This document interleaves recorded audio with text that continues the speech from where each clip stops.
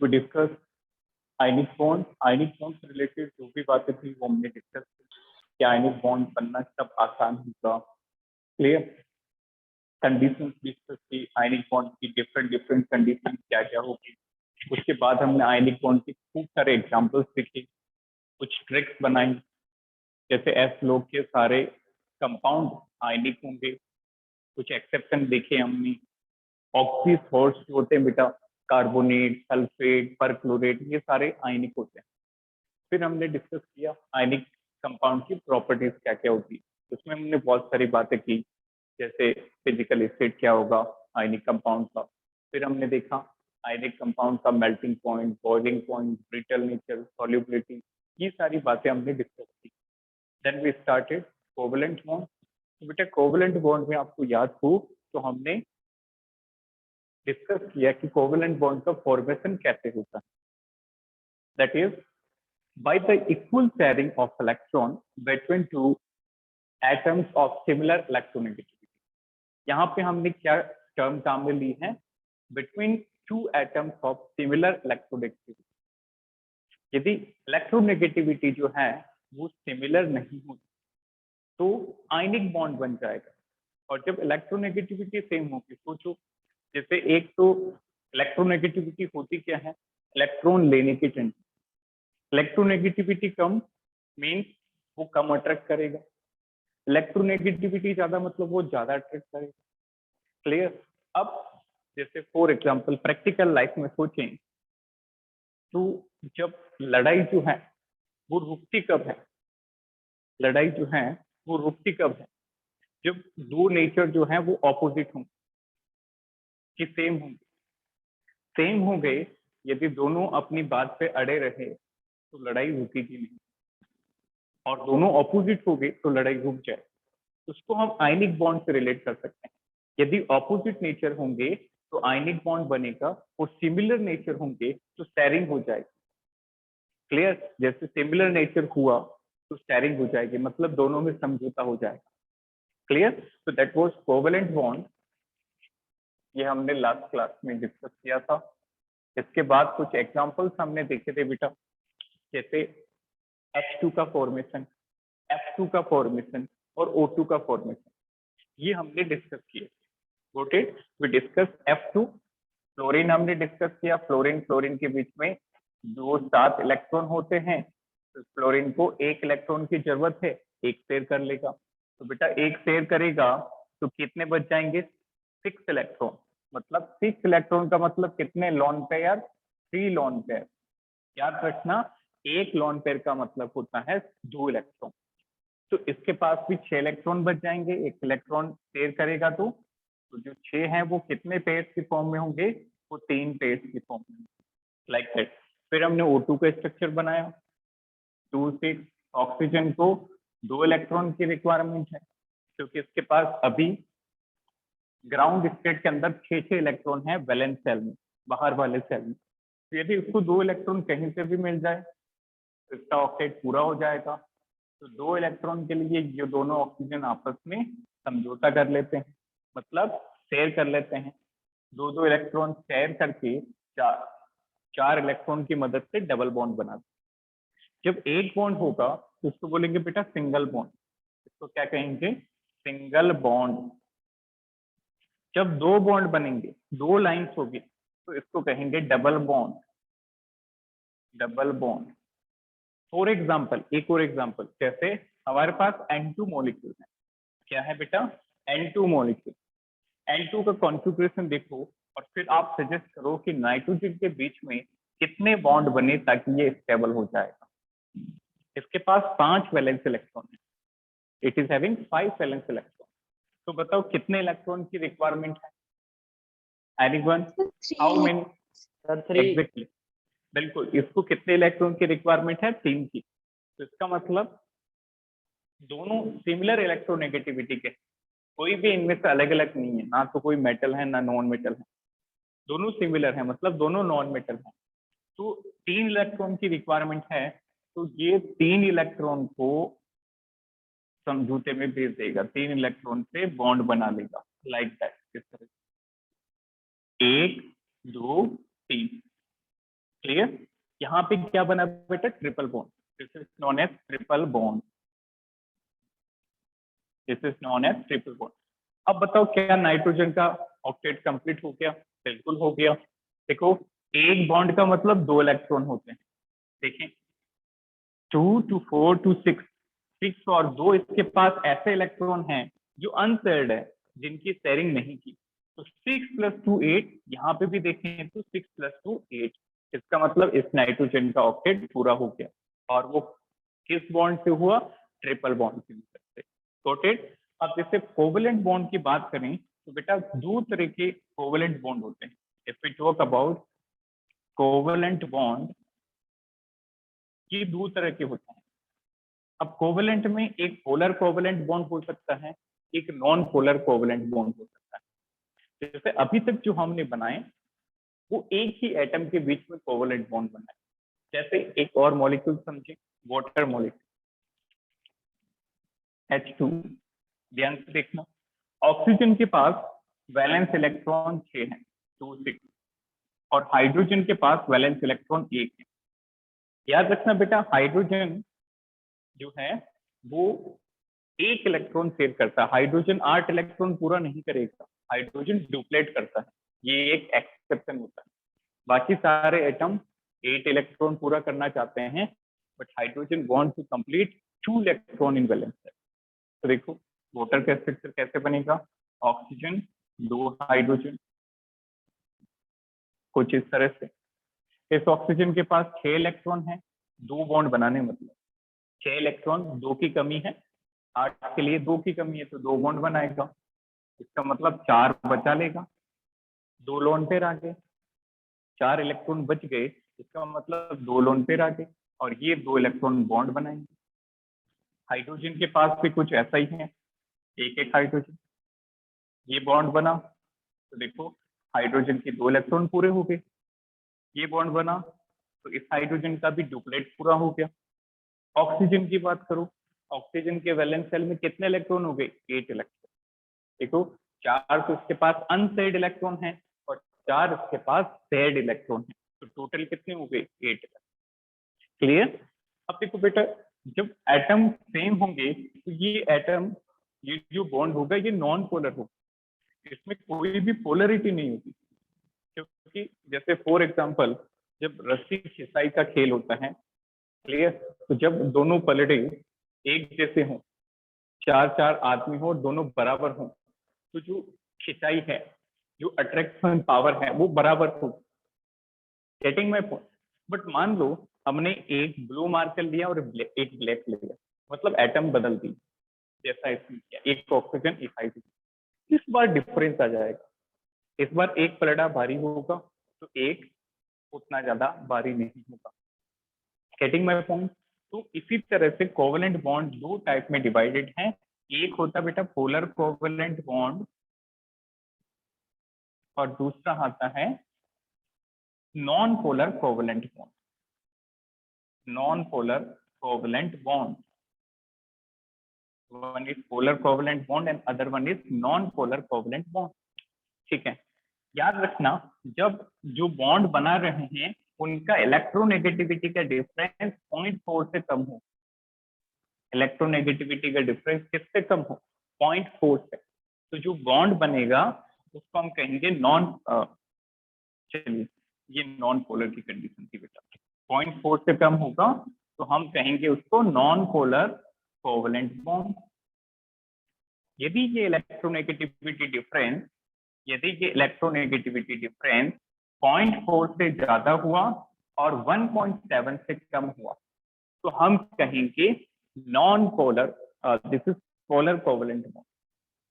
0.4 से कम हुआ तो नॉन पोलर, 0.4 से लेके 1.7 हुआ तो पोलर कोवेलेंट। अब बात आई कि 0.7 से ज्यादा होगा तो क्या होगा? Can you suggest? 1.7 से 1.7 मतलब ये काफी ज्यादा वैल्यू है, इससे भी ज्यादा हो गया तो क्या वो बॉन्ड कोवेलेंट रहेगा या फिर कोई और बॉन्ड बन जाएगा? That would be ionic bond. यदि 1.7 तो बहुत ज्यादा हो गया, यदि 1.7 से ज्यादा रहेगा, नोट करके लिखो, if electronegativity difference between bonded atom is greater than 1.7, it would be no longer a covalent. वो कोवलेंट नहीं होके वो क्या बन जाएगा? Ionic bond. क्लियर? इसको नोट करो, फिर एक एग्जांपल देखते हैं।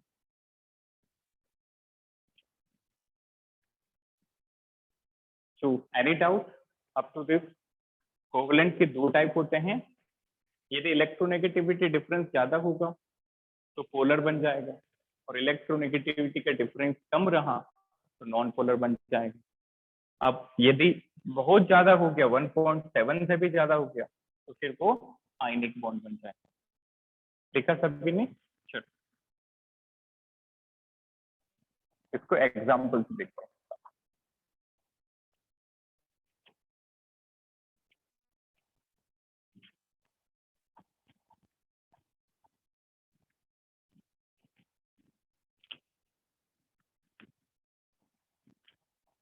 चलो सबसे पहला एग्जांपल, हाइड्रोजन हाइड्रोजन के बीच में जो सिंगल बॉन्ड है ये। दूसरा एग्जांपल, वाटर के बीच में जो OH बॉन्ड है। तीसरा एग्जांपल, एक होता है बेटा हाइड्रोजन पेरोक्साइड H2O2, ये वाटर नहीं है, है ना? इसका नाम याद रखना, जैसे हाइड्रोजन पेरोक्साइड। वाटर होता है H2O, यह है H2O2। इसका स्ट्रक्चर कुछ इस तरह से होता है, लाइक दैट। इसको बोलते हैं बेटा ओपन बुक स्ट्रक्चर। जैसे किताब खुली होती है, खुली किताब कुछ इसी तरह से होती है, like that. This is known as open book structure. Hydrogen peroxide का किस तरह का स्ट्रक्चर है? Open book like structure. ठीक है, देखो अब इलेक्ट्रोनेगेटिविटी बात आती है। सर इलेक्ट्रोनेगेटिविटी की वैल्यू याद रखनी पड़ेगी, तो बेटा कुछ एलिमेंट ऐसे हैं जिनकी इलेक्ट्रोनेगेटिविटी याद होनी चाहिए। सबकी याद करना जरूरी नहीं, याद किसकी करनी है ये मैंने पहले भी बताया है। देखो सबसे पहले सबसे ज्यादा होती है फ्लोरीन की, ये तो रटी होनी चाहिए 4। इसके बाद देखो ऑक्सीजन का नंबर आता है 3.5 इलेक्ट्रोनेगेटिविटी। बाद में याद रखना नाइट्रोजन और क्लोरीन के बराबर होती है। नाइट्रोजन क्लोरीन की नियरली सेम होती है, वो होती है नियरली 3। सल्फर और कार्बन की नियरली सेम होती है 2.5। हाइड्रोजन और फॉस्फोरस की नियरली होती है 2.1। That's it, these are more than sufficient. बस इतनी याद रख लो तो काम हो जाएगा। फ्लोरीन की 4, ऑक्सीजन की 3.5, क्लोरीन और नाइट्रोजन की 3, सल्फर और कार्बन की 2.5, हाइड्रोजन और फॉस्फोरस की 2.5। ठीक है, अब देखो ये वाला बॉन्ड जो है ये किस नेचर का होगा? एनीवन, पोलर या नॉन पोलर? दोनों का डिफरेंस निकाल लिया, दोनों सेम एटम है, तो इलेक्ट्रोनेगेटिविटी डिफरेंस कितना आ रहा है? 0। इस हाइड्रोजन की भी इलेक्ट्रोनेगेटिविटी 2.1 और इसकी भी 2.1। इलेक्ट्रोनेगेटिविटी डिफरेंस 0 है, इसका मतलब क्या हुआ? लेस देन 0.4, और obviously it is going to be non polar covalent bond. ये क्या हो जाएगा बेटा? ये नॉन पोलर कोवेलेंट बॉन्ड हो जाएगा। अच्छा, ये जो OH bond, can you tell me about this? ये किस तरह का होगा, पोलर की नॉन पोलर? सोचो, OH बॉन्ड ऑक्सीजन और हाइड्रोजन के बीच में जो बॉन्ड होगा, कैलकुलेट करके बताओ। ऑक्सीजन की वैल्यू देखो, इलेक्ट्रोनेगेटिविटी की 3.1, हाइड्रोजन की 2.1। डिफरेंस निकालो दोनों का, क्या आ रहा है बेटा difference? This is 3.5 minus, very good, 1.4। मतलब 0.4 से ज्यादा है, 0.4 से कम होता तो नॉन पोलर होता, और 0.4 से ज्यादा है, 1.7 से कम है, इसका मतलब ये क्या हो गया? This is polar covalent bond. अच्छा ये वाला क्या होगा? ये भी पोलर होगा फिर, 3.5 minus 2.1, this is also polar covalent. Now this is interesting, इसमें दो तरह के बॉन्ड हैं, एक ये वाला, एक ये वाला। बताओ ओ ओ के बीच में जो बॉन्ड है वो कैसा है? Anyone? Sir non polar. Non polar. Very बिल्कुल सही, नॉन पोलर। अब ये तो याद हो गया कि जो सेम एटम के बीच में बनेगा उसमें तो डिफरेंस 0 आ जाएगा, उसको तो चेक करने की जरूरत ही नहीं है, इजंट इट? दोनों ऑक्सीजन है, दोनों की 3.5 3.5 इलेक्ट्रोनेगेटिविटी, डिफरेंस जीरो का मतलब नॉन पोलर, दैट्स इट। ये हो जाएगा बेटा नॉन पोलर कोवलेंट बॉन्ड। ये क्या होगा यहाँ पे, ये हो जाएगा पोलर। 3.5 है ऑक्सीजन की, हाइड्रोजन की 2.1 है, डिफरेंस काफी हाई आ रहा है, देखो 1.4 आ रहा है, इसका मतलब ये हो गया polar covalent bond, like that. ये वाला जो क्वेश्चन है बेटा, ये बहुत पहले ये आईआईटी के एग्जाम में पूछा गया था।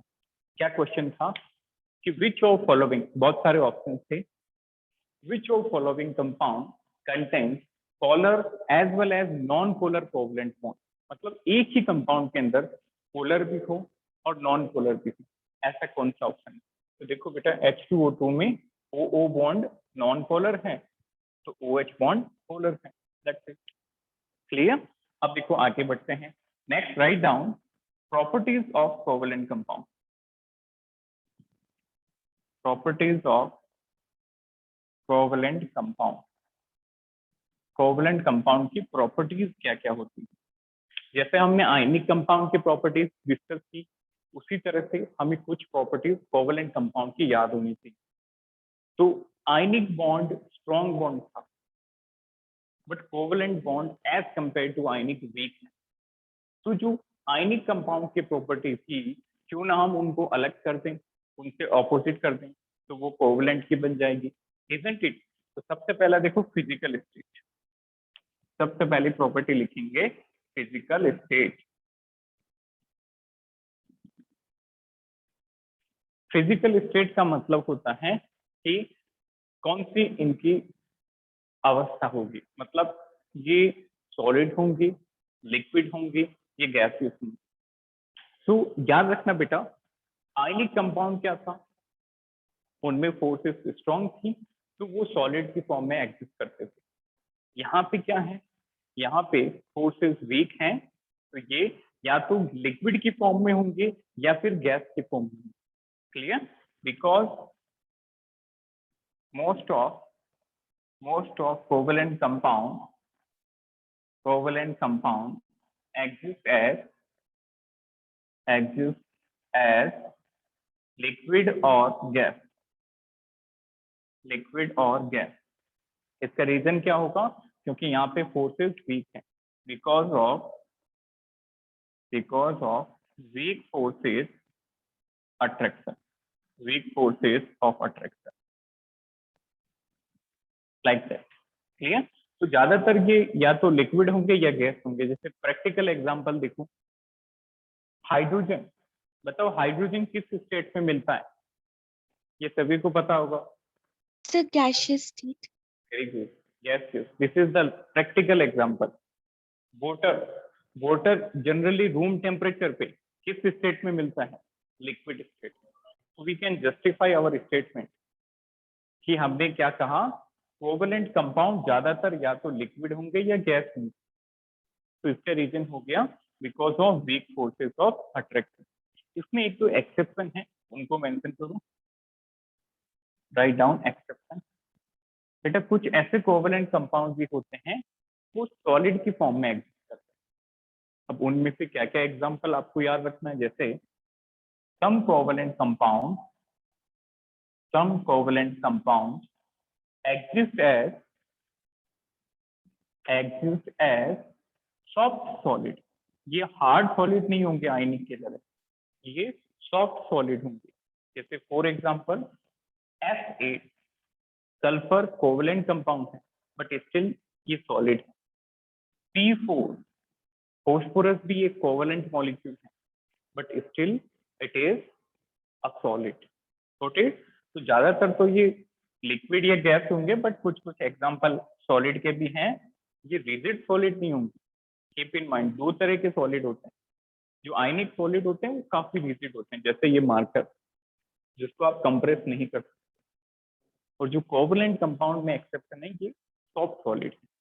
अब देखिए second property, melting point and boiling point.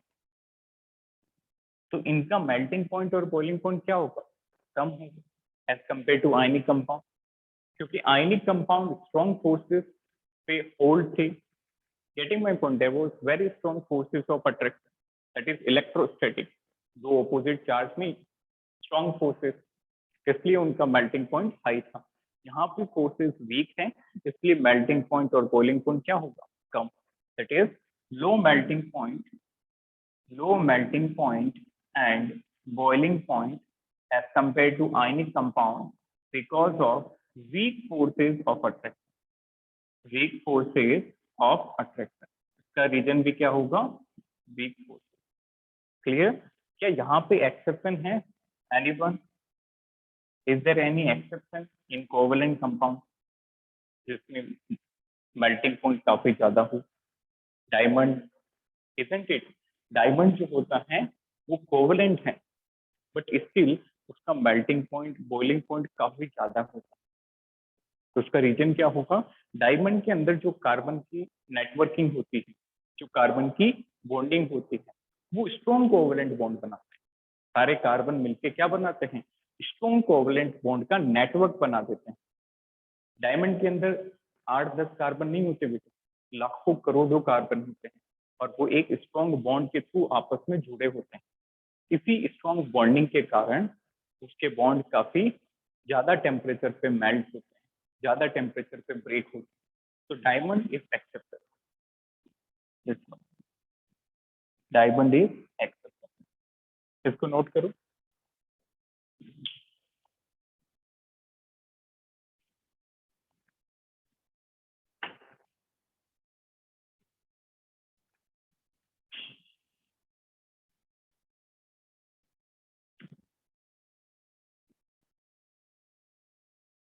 So any doubt up to this? Ahad, Suweni, Aditya, Chappreet, Agam? No, no, sir. No, Okay. sir. बेटा कभी भी लेक्चर में किसी पॉइंट पे डाउट हो तो just stop me and let me to repeat, clear, और you can leave the message during lecture. एक बार टॉपिक जैसे ही कंप्लीट होता है आप उस टाइम मैसेज लीव करो कि सर ये वाला पॉइंट आप एक बार फिर से बता दो। चलो next one, third property. Third property देखेंगे बेटा, इनकी कंडक्टिविटी, सॉल्युबिलिटी, रिएक्शन कैसी होती है, ये सारी चीजें।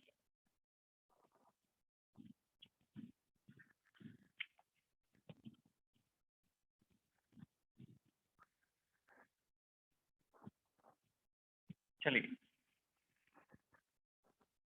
Next one, write down, this is third property, conductivity. Conductivity, तो आपको याद होगा बेटा कंडक्शन के लिए दो चीजें रेस्पॉन्सिबल होती हैं, या तो आयन या फिर फ्री इलेक्ट्रॉन। तो कहीं पे आयन मिल जाए तो कंडक्शन हो जाएगा, इलेक्ट्रिसिटी का भी हो जाएगा, हीट का भी हो जाएगा, या फिर कहीं पे इलेक्ट्रॉन मिल जाए। तो ये मेटल तो नहीं है जो आपको यहाँ से इलेक्ट्रॉन मिलेंगे, ना ही ये आयनिक कंपाउंड है, आयन सिर्फ आयनिक कंपाउंड बनाते थे। गेटिंग माय पॉइंट, ये कोवेलेंट कंपाउंड है, ये कोवेलेंट बॉन्ड में एग्जिस्ट करते हैं, यहाँ पे कोई भी आयन और फ्री इलेक्ट्रॉन नहीं मिलेगा। तो होगा क्या, ज्यादातर ये पुअर कंडक्टर होते हैं। Most of covalent compound are poor conductor of electricity, ज्यादातर ये पुअर कंडक्टर। अब यहाँ पे एक्सेप्शन आ जाते हैं। अच्छा, एक्सेप्शन की बात से याद आया, how many of you saw that Kota factory web series, किस किसने देखी, एनीवन, किसी ने वो कोटा फैक्ट्री करके एक वेब सीरीज है, I hope any of you saw that web series Kota factory. तो इस कोटा फैक्ट्री में होता क्या है, एक बच्चा जो है वो केमिस्ट्री से काफी परेशान रहता है, आप नहीं होंगे दैट्स माय गारंटी। वो बच्चा क्या कर रहा है, उसी बच्चे का आप काफी ज्यादा सीन देखेंगे, I don't know, I forgot the name of that guy, but बहुत इंटरेस्टिंग उसमें हिलेरियस थिंग मिलेगी आपको। वो बच्चा केमिस्ट्री से काफी परेशान रहता है। होता क्या है, क्या क्या डायलॉग मारता है सुनना कि केमिस्ट्री के लिए मैंने क्या कुछ नहीं किया, पढ़ने की स्ट्रेटेजी बदली, किताबें बदली, टीचर तक बदल दिए। क्लियर? तो उसने केमिस्ट्री के लिए बहुत कुछ किया कि वो student taking coaching in Kota. तो वो बोलता है मैंने केमिस्ट्री के लिए अपनी पढ़ने की स्ट्रेटेजी बदल दी, किताबें बदल दी, टीचर्स तक बदल दिए, बट इसको नहीं बदल पाया, केमिस्ट्री को नहीं बदल पाया। फिर अल्टीमेटली ये जो बच्चा होता है ये एक्सेप्शन से काफी परेशान होता है, तो वो केमिस्ट्री को फिजिक्स से लिंक करता है। क्लियर? काफी डायलॉग आप सुनेंगे उसके, बड़ा जो बोलने का तरकीब है दैट वाज वेरी हिलेरियस। बोलते हैं कि फिजिक्स में 3 इक्वेशन से सारे क्वेश्चन बन जाते हैं, न्यूटन की 3 लॉज से सारे क्वेश्चन बन जाते हैं, बट केमिस्ट्री में 2 टॉपिक पढ़े और तीसरे में एक्सेप्शन, चौथा कंप्लीट नहीं किया फिर एक एक्सेप्शन। क्लियर? तो ये बच्चा एक्सेप्शन से काफी परेशान रहता है, तो आपको नहीं होना है, क्योंकि हर एक एक्सेप्शन को हम साथ साथ कवर करते चल रहे हैं। और धीरे धीरे जैसे आप चैप्टर को मल्टीपली रिवाइज करोगे, बार बार उसको रिवाइज करोगे, तो एक्सेप्शन जो बेटा वो आपके लिए एक फैमिलियर काइंड का हो जाएगा। Getting my point? वो ऑटोमेटिकली याद हो जाएगा, उसको अलग प्रायोरिटी देने की जरूरत नहीं है। ये एक्सेप्शनल है तो उसको हम अलग से याद करेंगे। तो बार बार जब हम चैप्टर पढ़ेंगे तो वो आपको एक्सेप्शन आसानी से याद हो जाएंगे। इसी बच्चे की एक और बात आपको सुनाई, तो एक्चुअल में ये फिर से फिजिक्स और केमिस्ट्री को कंपेयर करता है। अगेन ये क्या कहता है कि एप्पल को फिजिक्स में गिराओ तो वो नीचे आ जाएगी, एप्पल को जब फेंकेंगे तो वो नीचे आ जाएगी, बट केमिस्ट्री में ऐसा नहीं होगा। केमिस्ट्री में क्या लगने लगेगी? Forces of attraction, steric hindrance, वो तो एप्पल को नीचे नहीं गिरने देंगे, उसको बीच में ही रोक लेंगे। तो वो बच्चा जो होता है वो इफेक्ट से काफी परेशान होता है। चलिए, तो कम टू टॉपिक नेक्स्ट, अब एक्सेप्शन पे आते हैं। जनरल टर्म है कि कोवेलेंट कंपाउंड नॉन कंडक्टिव होंगे, इंसुलेटर होंगे और पुअर कंडक्टर होंगे, हीट के भी और इलेक्ट्रिसिटी के भी। अब एक एक्सेप्शन को आप जूनियर क्लासेस से पढ़ते आए हैं, graphite, that is graphite. Graphite में क्या होता है बेटा? इसमें फ्री इलेक्ट्रॉन्स होते हैं। इसका स्ट्रक्चर हम 11th में ही पढ़ेंगे, ये इलेक्ट्रॉन कहाँ से आते हैं, क्या करते हैं। ग्रेफाइट में फ्री इलेक्ट्रॉन होने के कारण ये गुड कंडक्टर होता है, good conductor, this is important. Clear? पहला एक्सेप्शन हो गया graphite, because of free electron. दूसरा एक्सेप्शन क्या होगा बेटा? सेकंड एक्सेप्शन, जैसे जो पोलर कोवेलेंट बॉन्ड, जैसे एक एग्जांपल, जैसे HCl, इसमें ये बॉन्ड क्या था बेटा? पोलर था। HCl के अंदर क्लोरीन की इलेक्ट्रोनेगेटिविटी ज्यादा है और हाइड्रोजन की कम है, तो क्लोरीन पे पोलरिटी आएगी नेगेटिव और हाइड्रोजन पे पोलरिटी आएगी पॉजिटिव। ये जो डेल बना इसका मतलब होता है पार्शियल। यहाँ पे कंप्लीट प्लस और माइनस नहीं है बेटा, कंप्लीट प्लस माइनस बनते हैं जब कंप्लीट ट्रांसफर होता है, वो होता है आयनिक कंपाउंड, इसलिए हमने यहाँ पे बनाया पार्शियल। तो ये जो इस तरह के कंपाउंड को जब आप पानी में डिजोल्व करोगे तो ये बॉन्ड ब्रेक हो जाएगा। ये जो HCl में कोवेलेंट बॉन्ड था ये आयनिक की तरह ब्रेक हो जाएगा और आपको क्या दे देगा? H प्लस आयन और Cl माइनस आयन। AQ का मतलब है एक्वस, पानी में डिजोल्व होगा तो aqueous ion, H plus aqueous, Cl minus aqueous, 2 ion मिल गए। और जब सॉल्यूशन में आयन आते हैं तो इलेक्ट्रिसिटी का कंडक्शन क्या हो जाता है? पास। तो ये 2 एक्सेप्शन आप याद रखें, ग्रेफाइट और any compound, any covalent compound containing polar bond। ऐसा ही H2SO4 में होता है, ऐसा ही क्या होता है?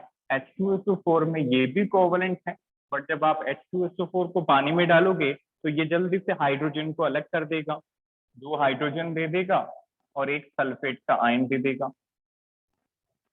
Like that.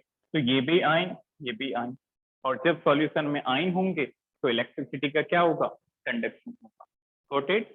Next property, property number 4। Property 4 क्या कहती है? Property 4 is solubility. प्रॉपर्टी 4 कहती है सोल्यूबिलिटी। अब आयनिक कंपाउंड होते बेटा, आयनिक कंपाउंड पोलर, इसलिए ये पोलर सॉल्वेंट में डिसॉल्व हुए। Covalent compound generally non polar होते हैं, तो ये किस में डिसॉल्व होंगे, नॉन पोलर सॉल्वेंट। क्योंकि हमें पता है ये word which is like dissolve, like dissolve like, जो जैसा है वैसे में घुल जाएगा। पोलर कंपाउंड है तो पोलर में घुलेगा, और नॉन पोलर कंपाउंड है तो नॉन पोलर में घुलेगा। Noted. That means most of the covalent compound, most of the covalent compounds are soluble in non-polar solvent, non-polar solvent। Noted। बेटा जब आयनिक बॉन्ड पढ़ा तो हमने दो तरह के सॉल्वेंट डिस्कस किए थे, एक होता है पोलर सॉल्वेंट और दूसरा टाइप होता है नॉन पोलर सॉल्वेंट। इनके एग्जांपल भी मैंने आपको बताए थे, 3 4 example. Clear. For example, try this question, this is true और फॉल्स, ट्रू और फॉल्स टाइप क्वेश्चन, इंपॉर्टेंट है। देखो, I2 is soluble in, I2 is soluble in water, is it true or false? Iodine जो है क्या ये पानी में घुल जाएगा? Is it correct? सोचो, नेचर चेक करो, आयोडीन का नेचर क्या है, वाटर का नेचर क्या है। आयोडीन के अंदर क्या है बेटा, आयोडीन आयोडीन के बीच में एक सिंगल बॉन्ड है, आयोडीन आयोडीन के बीच में एक सिंगल बॉन्ड है। और अभी हमने डिस्कस किया था जब सेम एटम के बीच में बॉन्ड बनेगा तो वो कौन सा बॉन्ड होगा, वो होगा non polar covalent bond. Which one? Non polar covalent bond. ठीक है। अच्छा, वाटर किस तरह का सॉल्वेंट था, याद करो, वाटर था बेटा polar solvent. Very good, water was polar solvent. Water के अलावा एक और एग्जांपल हमने आपको बताया था, मिथेनॉल या फिर अल्कोहल। आयोडीन नॉन पोलर है और वाटर पोलर है, तो क्या नॉन पोलर पोलर में डिसॉल्व होगा? No. That means given statement क्या हो गया, this is false statement. Clear. Iodine non polar है तो ये नॉन पोलर में ही डिसॉल्व होगा। जैसे यदि हम इसका पूछते, second, iodine is soluble in benzene, iodine is soluble in benzene, is it true और फॉल्स? True. बिल्कुल सिंपल है। आयोडीन क्या है, नॉन पोलर, और बेंजीन भी क्या है, नॉन पोलर। नॉन पोलर में तो घुल सकता है, that means this is true. तो इसका मतलब हमें क्या याद रखना है, covalent compound generally non polar होता है तो वो नॉन पोलर सॉल्वेंट में ही घुलेगा। Done. Next point, next property, fifth one. Fifth property बेटा, आयनिक रिएक्शन जो होती है वो फास्ट होती है, क्योंकि उनमें आयंस होंगे, आयंस जल्दी आपस में एक्सचेंज कर जाएंगे। बट कोवैलेंट कंपाउंड की रिएक्शन स्लो होती है। इसका रीजन क्या होगा, क्योंकि कोवैलेंट कंपाउंड में जैसे फॉर एग्जांपल मुझे ब्लैक और ब्लैक के बीच में बॉन्ड बनाना है, पहले बॉन्ड ब्लैक और ब्लू में है, तो हमें क्या करना पड़ेगा, पहले इस बॉन्ड को ब्रेक करना पड़ेगा, उस ब्लू को ब्लैक से अलग करना पड़ेगा। यहाँ पे ब्रेकिंग ऑफ बॉन्ड हो रही है, इसके बाद ये वाले ब्लैक आपस में बॉन्ड बनाएंगे, यहाँ पे फॉर्मेशन ऑफ बॉन्ड होगी। क्लियर। आयनिक में तो आयंस आपस में जल्दी से एक्सचेंज कर जाते हैं, बट यहाँ पे पुराने बॉन्ड टूटते हैं, फिर नए बॉन्ड बनते हैं, तो ये काफी टाइम कंज्यूमिंग प्रोसेस होता है। इसके कारण जो कोवैलेंट कंपाउंड की रिएक्शन होती है वो थोड़ा सा स्लो होती है। Clear. Fifth point, write down, the reactions involving covalent compound covalent compound are generally slow, ये स्लो होती है। इसका रीजन क्या होता है? Because they involve breaking of old bond and formation of the new bond,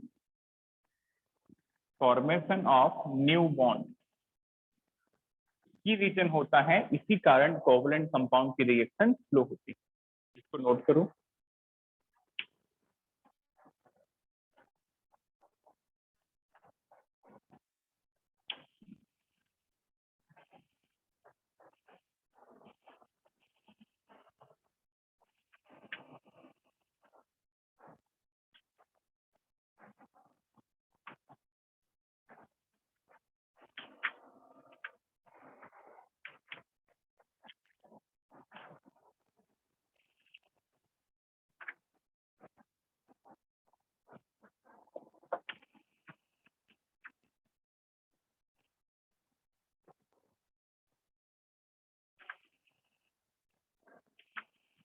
चलिए, लिखा सभी ने? फाइन। नेक्स्ट देखिए बेटा, एक और क्वेश्चन करते हैं। यहाँ पे हम लॉन पेयर को अच्छे से समझेंगे कि ये लॉन पेयर होता क्या है। तो I hope covalent bond clear होगा। दो तरह के कोवलेंट बॉन्ड होते हैं, एक होता है पोलर कोवलेंट और दूसरा होता है नॉन पोलर। यदि इलेक्ट्रोनेगेटिविटी डिफरेंस थोड़ा बहुत ज्यादा है तो वो पोलर हो जाएगा, प्लस माइनस आ जाएगा बॉन्ड पे, और इलेक्ट्रोनेगेटिविटी डिफरेंस लगभग बराबर है तो वो नॉन पोलर हो जाएगा। अब देखो, फॉर एग्जाम्पल हम सबसे पहले एक और कोवलेंट बॉन्ड का टाइप समझते हैं। Type of covalent bond.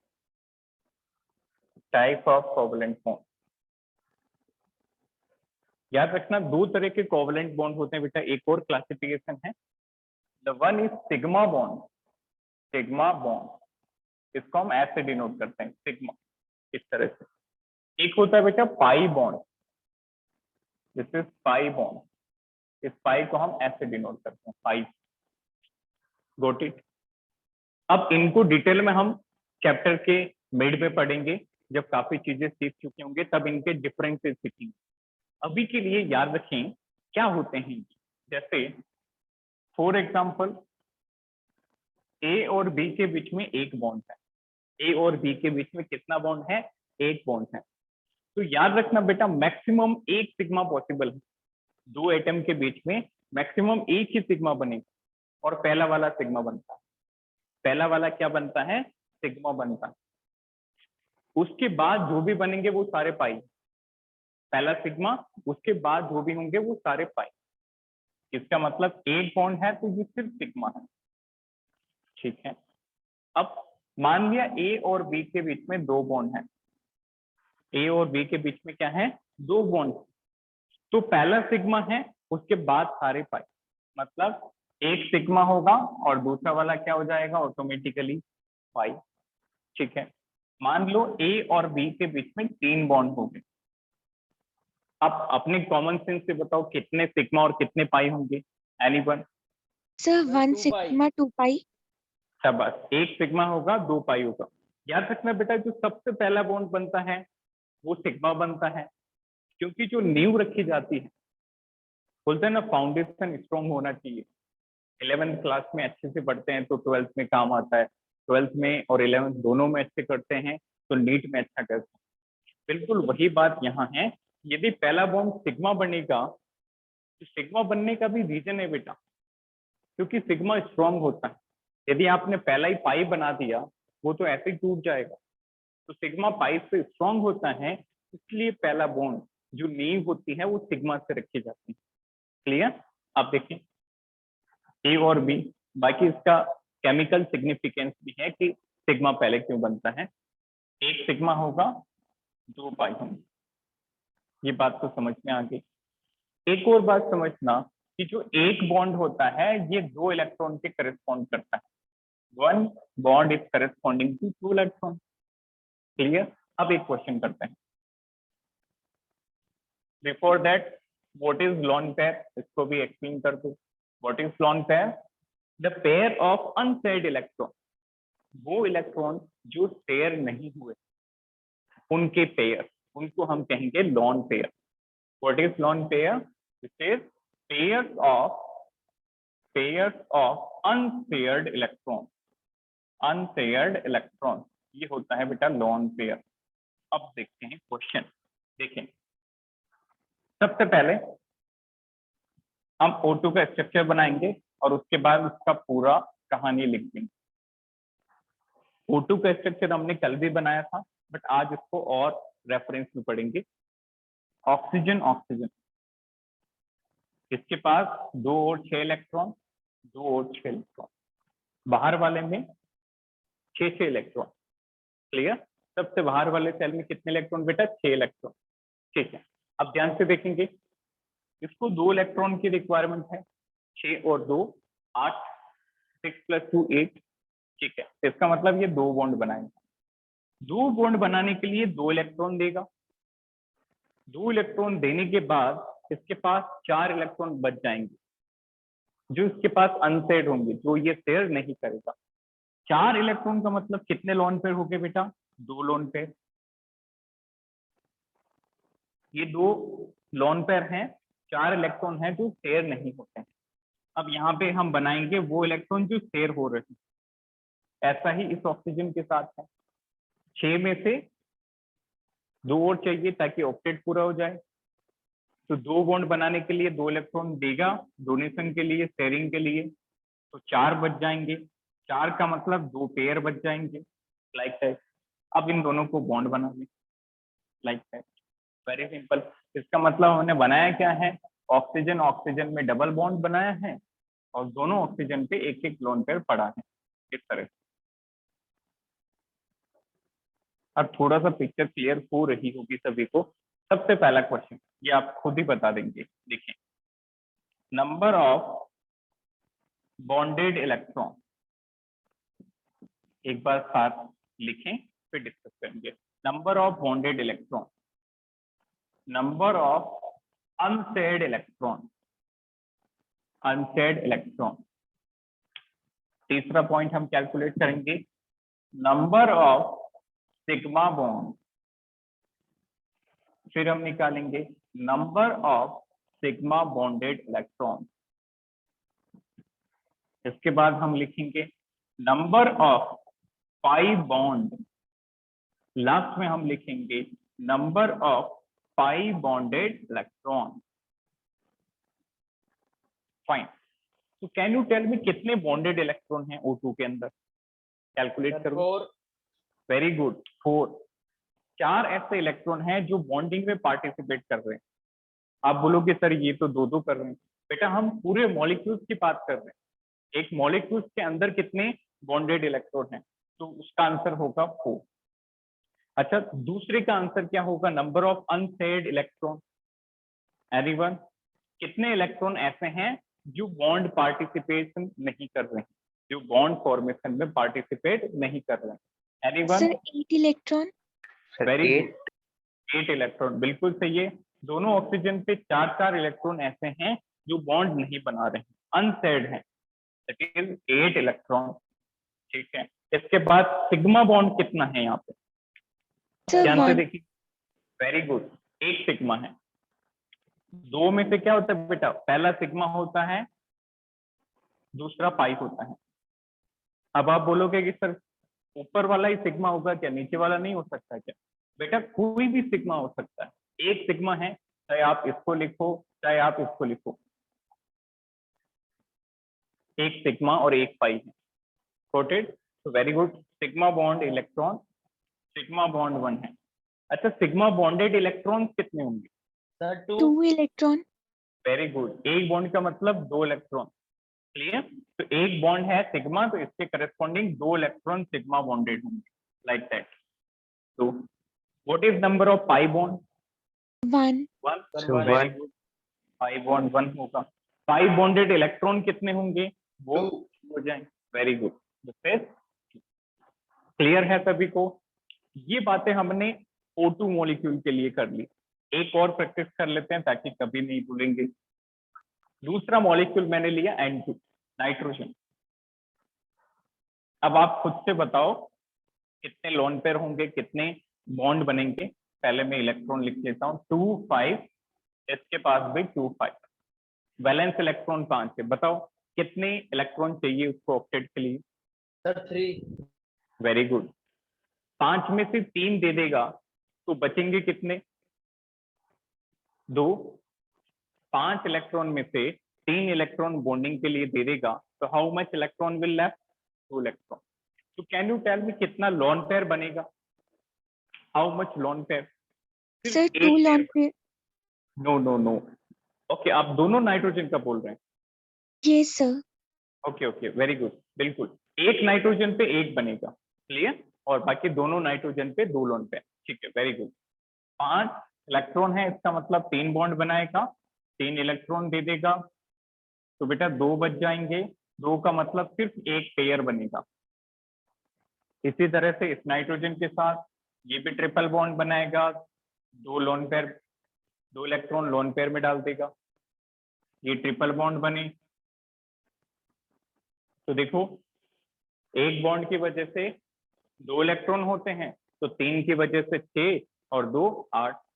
इसके साथ भी ऐसा ही है, 6 इलेक्ट्रॉन और 2 लॉन पेयर वाले इलेक्ट्रॉन, 6 और 2 8, ऑक्टेट पूरा। अब देखो 1 बाय 1 ये कैलकुलेट करते हैं। बताओ number of bonded electron in N2। 6। Sir 6 electrons. Very very good. 3 bond का मतलब 6 बॉन्डेड इलेक्ट्रॉन। अब आप अनसेड इलेक्ट्रॉन कितने होंगे? 4 इलेक्ट्रॉन।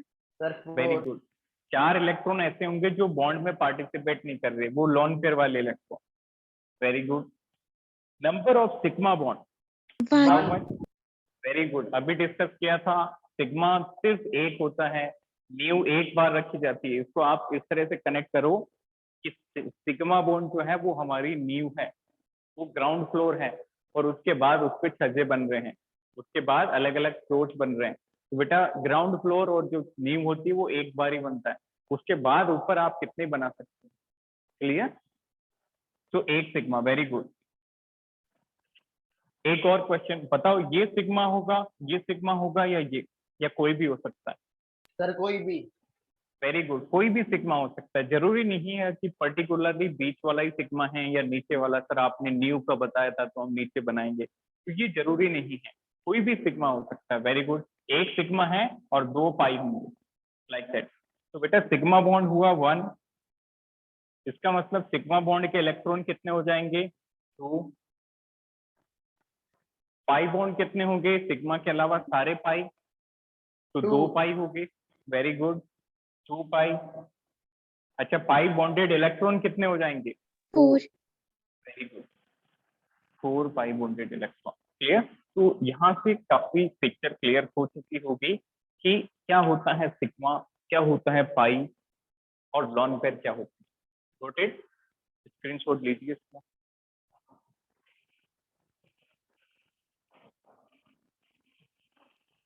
बेटा इसमें किसी को doubt? Any doubt? No sir. Okay.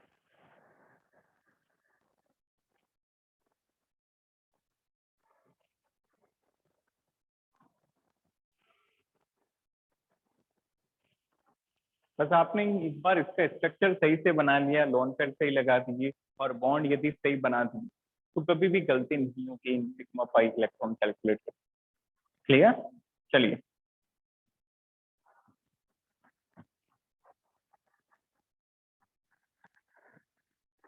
तो ये बेटा आपका you can say this is the foundation course. ये बेसिकली आपकी नींव है, ये चीजें आपके 12th तक काम आएंगी। ऐसा नहीं है कि आप 11th में चैप्टर नंबर 4 पढ़ रहे हो, यहाँ पे पढ़ लिया और खत्म। तो ये जब तक केमिस्ट्री पढ़ेंगे तब तक ये चैप्टर बार बार काम आएंगे। चलिए next type, her type of bond write down coordinate bond. अब पढ़ेंगे कोऑर्डिनेट बॉन्ड क्या होता है। Write down coordinate bond.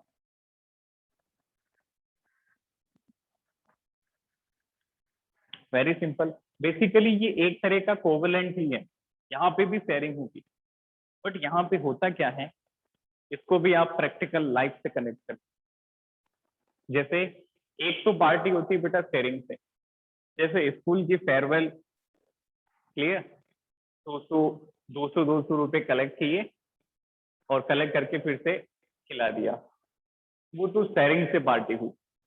अच्छा, उनमें उन्होंने अपना तो फ्री में कर लिया, ठीक है। हो सकता है किसी में सीनियर देते हो, वो छोड़ो। नेक्स्ट केस दूसरा क्या होगा, किसी का बर्थडे आया, तो डोनेशन सिर्फ एक ने किया। जैसा मेरा बर्थडे है तो मैं सबको पार्टी दूंगा, ठीक है, सभी आ जाएं। तो मेरे बर्थडे पे पार्टी दूंगा तो जो खर्चा है वो सिर्फ मैं ही उठाऊंगा, बट बांट के सभी खाएंगे, मैं भी खाऊंगा और सब, क्लियर। बिल्कुल ऐसा ही कोवलेंट और कोऑर्डिनेट में। कोवलेंट के अंदर इलेक्ट्रॉन आते हैं दोनों तरफ से हैं और शेयर भी दोनों तरफ से होते हैं, मतलब डोनेशन देने वाले भी सब हैं और खाने वाले सब, जैसे फेयरवेल पार्टी। दूसरा केस कोऑर्डिनेट बॉन्ड। कोऑर्डिनेट में क्या होगा, देने वाला सिर्फ एक है और शेयर दोनों में हो जाएगा। Getting my point, this is the difference between coordinate and covalent. Sharing दोनों में होगी, बट कोवलेंट के अंदर इक्वल शेयरिंग होगी और कोऑर्डिनेट के अंदर non equal. Getting my point, तो राइट डाउन, इसमें नोट लिखेंगे, write down. Coordinate bond is special case of covalent bond. Coordinate bond is a special case of covalent bond. Coordinate bond is a special case of covalent bond, but the only difference is in method of formation. But the only difference is in method of formation. Only difference is in method of formation. Full stop. Next line. In covalent bond,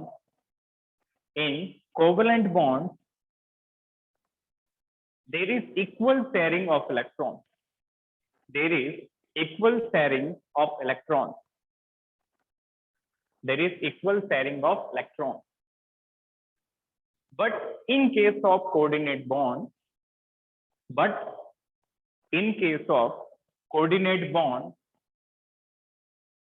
electron is donated by only one atom. But in case of coordinate bond, electron is donated by only one atom, but shared between both the atoms. But shared between both the atoms. But shared between both the atoms. Got it? देखा सभी ने? तो जो difference है वो किस में होगा, मेथड ऑफ फॉर्मेशन में।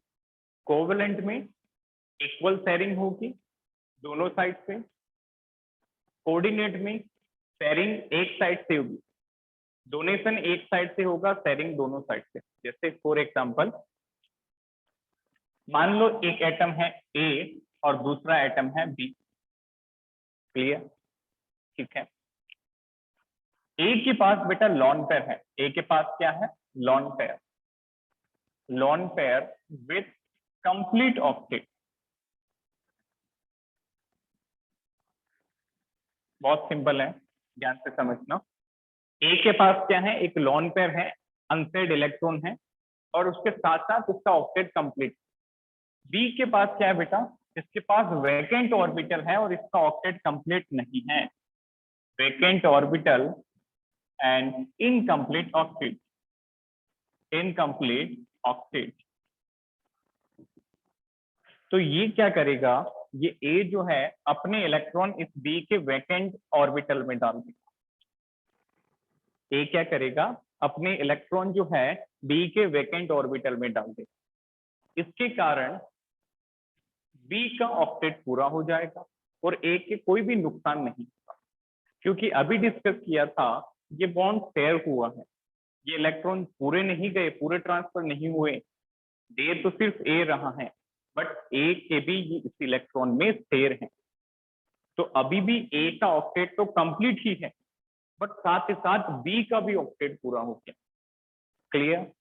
अब इसका मतलब ये जो कोऑर्डिनेट बॉन्ड है ये एक तरह का दातार बॉन्ड है।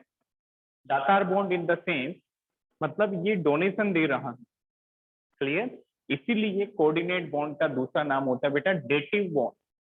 What is the other name of coordinate bond? Dative bond, मतलब देने वाला। कोऑर्डिनेट बॉन्ड इज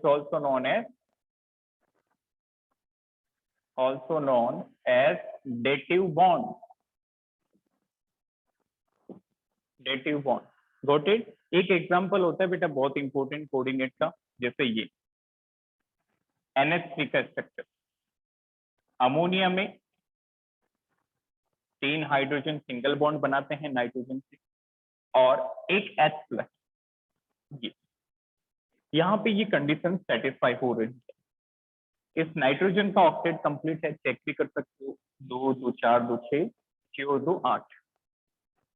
इसका ऑक्टेट कंप्लीट है, एक लोन पेयर। इसका ऑक्टेट इनकम्प्लीट है, इसके पास वेकेंट ऑर्बिटल है। क्लियर? ये क्या करेगा, अपना इलेक्ट्रॉन जो है ये H+ को दे देगा। तो NH3 और H+ क्या बना देंगे? NH4+। क्या बना देंगे बेटा? NH4+। ये होता है एक्चुअल स्ट्रक्चर NH4+ का, जहां पे एक NH3 यूनिट हाइड्रोजन को अपने लोन पेयर दे रही, क्या बना के? कोऑर्डिनेट बॉन्ड बना के। तो याद रखना ये साइन होता है बेटा कोऑर्डिनेट बॉन्ड। आयनिक बॉन्ड हमने कैसे बनाया था? +- से। कोवलेंट कैसे बनाया था? सिंगल था तो एक लाइन, डबल था तो डबल लाइन, ट्रिपल बॉन्ड था तो 3 लाइन। कोऑर्डिनेट बॉन्ड कुछ इस तरह से बनता है, जहां से इलेक्ट्रॉन जा रहे हैं उससे लेके किसको मिल रहे हैं, लाइक दैट। Got it? तो ये काफी इंपॉर्टेंट है, इसको आप याद रखें कि जो NH4+ जो है उस स्ट्रक्चर के अंदर NH3 और H+ के बीच पे एक कोऑर्डिनेट बनता है। ये कोऑर्डिनेट बनाता कौन है? नाइट्रोजन। नाइट्रोजन अपने इलेक्ट्रॉन H+ को देता है ताकि इसका डुप्लेट कंप्लीट हो जाए, और इस कोऑर्डिनेट बॉन्ड के कारण नाइट्रोजन को कोई भी लॉस नहीं होता। देखो पहले 6 और 2 8 थे, अभी भी देखो 2 4 6 और अब ये इलेक्ट्रॉन काउंट हो जाएंगे, अभी भी 8। Got it?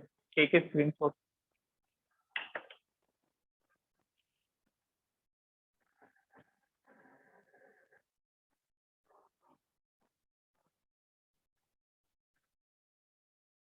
तो इसको आप एक बार फिर से रिवाइज करना बेटा टाइप्स ऑफ बॉन्ड को। so that is over. From next class we will start next topic.